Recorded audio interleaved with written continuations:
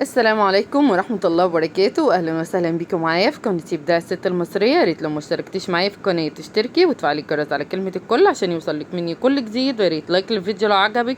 معانا النهاردة فيديو جميل جدا ومميز من حاجة بسيطة جدا هتشوفوها دلوقتي هتعجبكم قوي.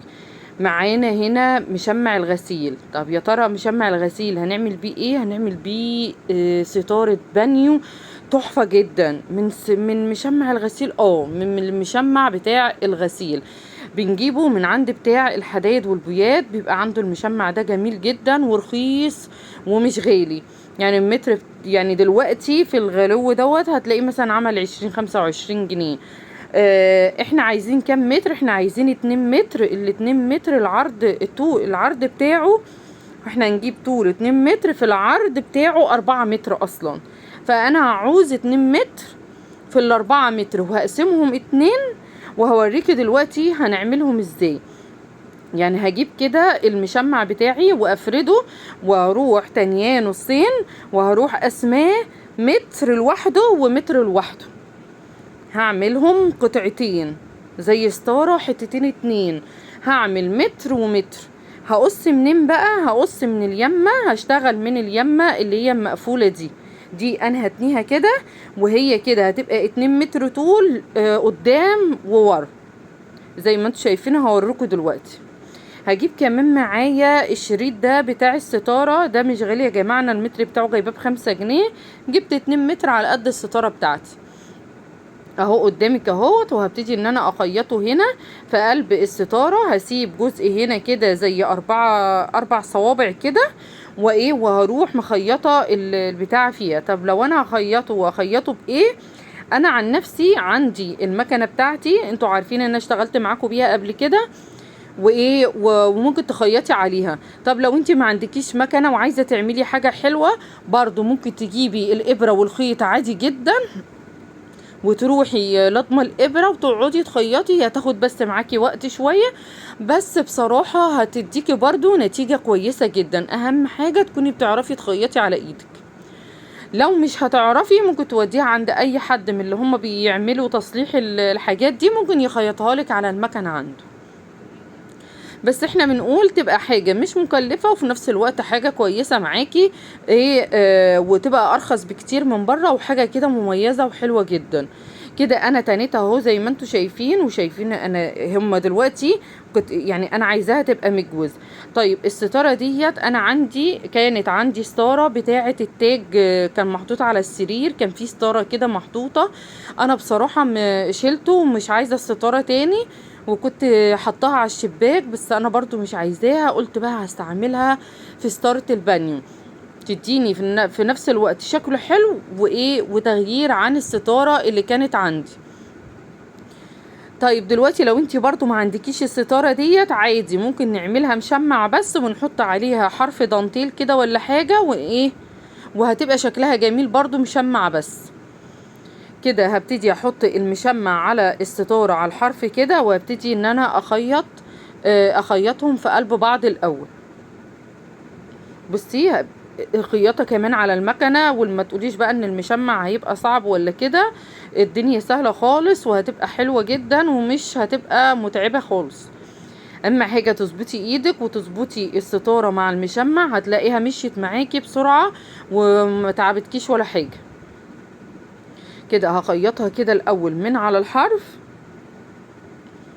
زي ما انت شايفة كده لحد الحرف خالص. كده انا خيطتها من فوق، وهبتدي اخيطها كمان. بصي خلصتها كده. هبتدي بقى اجيب الشريط بتاعي، بس الشريط بقى انا هركبه من جوه. فانا هسيب برضو الحتة زي ما انا ما قلتلك، يجي 4 سنتي كده، او مش 4 سنتي، 4 صوابع كده زي ما انت شايفة كده. وهبتدي ان انا احط الشريط معايا. بصي زي ما انت بصي، هبتدي ان انا اخيط الشريط من فوق، وهرجع اخيطه تاني من تحت. زي ما انت شايفة في المكنة معايا بتمشي بسرعة جدا وسهلة خالص، ما فيهاش اي مشكلة.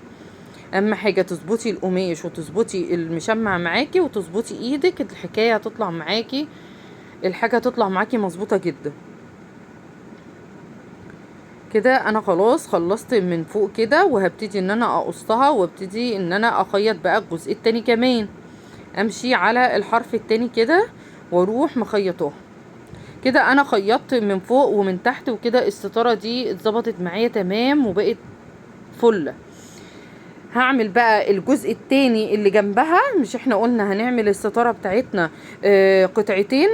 جبت برضو حتة المشمع التانية متر في 2 متر مجوز، متر في 2 متر مجوز. وهبتدي ان انا اخيط برضو حتة الستارة التانية عليها، وبعدين اروح جايبة الشريط وبرضو اخيطه زي الاولانية بالظبط. في حتة كده جت زيادة معايا، رحت تانيها من النص كده، عملت برضو منظر. المهم ان انا ايه، الدنيا جت معايا مظبوطة بالظبط ديت على قد دي، وطلعت معايا في الاخر هتشوفوها ويايا. بصوا تحفة، انا ما تخيلتش المنظر بعد ما خلصتها كمان وعلقتها مكانها. كده خلاص تمام. ابتدي بقى اركب الشريط، اسيب كده برضو حتة قد 4 سنتي، 4 صوابع كده، وهبتدي ان انا اظبط كل حاجة على بعضها عشان الحكاية تمشي مظبوط، واروح مخيطه. طيب لو انت دلوقتي مش عارفة تظبطي المسافة ما بين الشريطة والحتة اللي انت عايزة تسيبيها، ممكن تعملي علامة كده وتمشي عليها. كده انا خلصت خلاص الشريطة وركبتها في المشمع. هجيب معايا الحلقان بقى بتاعت الستاير ديت اهي، شايفاها؟ دي الدبل بتاعت الستاير العادية.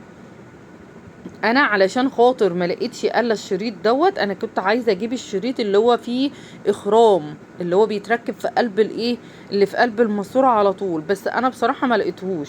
لقيت اللي هو الشريط الستاير العادي ده الرفيع، فانا مش هقف، انا مفيش حاجه توقفني الحمد لله. وانتي برضو خلي دايما مفيش حاجه توقفك. هعمل كده ما بين كل مسافة، بس هخلي المسافات كلها قد بعضها، واركب الحلقان وهعلقها واوريكي دلوقتي شكلها عامل ازاي. كده الستارة بتاعتنا اهي بعد ما خلصناها وعلقناها. بصي شكلها عامل ازاي، شكلها تحفة بجد.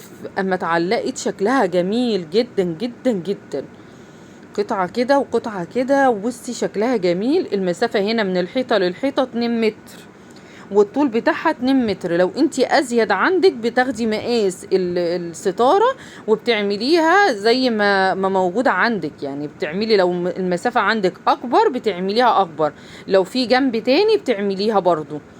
بصراحة جميلة جدا. وبعدين رحت جايبة بقى ايه، شريط ستان اخضر كده، ورحت لماها كده بحتة شريطة ستان خضرة كده في الجنب. هوريها لك اهو كمان من قريب. بصي جبت شريطة ستان عادية خالص ورحت مركباها، وعملت وردتين خضر كده عشان يدولها منظر.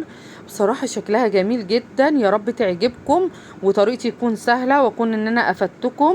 وما تنسينيش بقى بكومنت جميل كده وبلايك حلو، وتقولي لي رأيك ايه في الكومنتات، عشان خاطر اعرف اذا كانت الستارة بتاعتنا الجميلة دي عجبتك ولا لا. والسلام عليكم ورحمة الله وبركاته.